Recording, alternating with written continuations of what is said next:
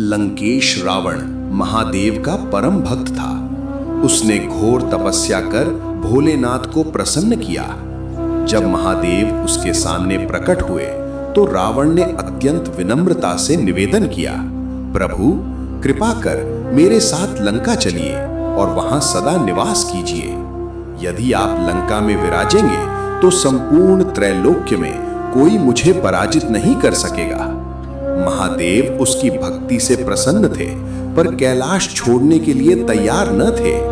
उन्होंने कहा, रावण, मैं कैलाश को त्याग नहीं सकता, परंतु मैं तुम्हें अपना आत्मलिंग देता हूं। इसे यदि तू लंका में स्थापित करेगा तो मानो मैं स्वयं वहां उपस्थित रहूंगा।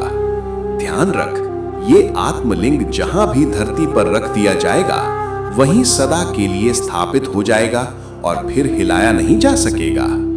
रावण प्रसन्न होकर आत्मलिंग लेकर लंका की ओर चल पड़ा, किंतु यात्रा के बीच अचानक उसे लघु शंका की आवश्यकता हुई। शास्त्रीय नियमों के अनुसार शुद्ध स्नान किए बिना वह आत्मलिंग को धारण नहीं कर सकता था।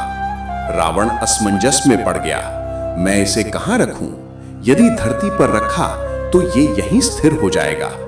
उसी समय एक छोटे ब्राह्मण बालक के रूप में गणेश जी वहां प्रकट हुए। भोले स्वर में उन्होंने कहा, महाराज, आप चाहें तो ये वस्तु मैं थोड़ी देर संभाल सकता हूं, किंतु मैं छोटा हूं, अधिक देर तक इसे धारण नहीं कर पाऊंगा। 3 बार पुकारूंगा, यदि आप न लौटे तो मैं इसे धरती पर रख दूंगा।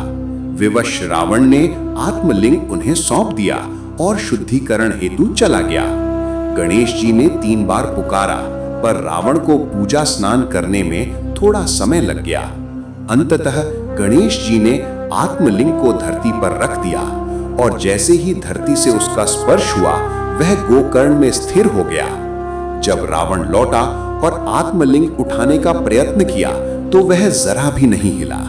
क्रोध में आकर उसने बालक को डांटा, किंतु तभी बालक अपने वास्तविक स्वरूप में प्रकट हुए। वे थे विघ्नहर्ता गणेश जी। मंद मुस्कान के साथ उन्होंने कहा, लंकेश्वर, ये सब महादेव की इच्छा और धर्म की रक्षा के लिए हुआ है।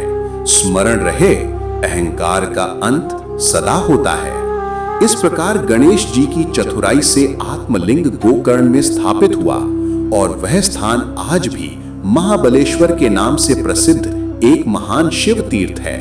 हर हर महादेव।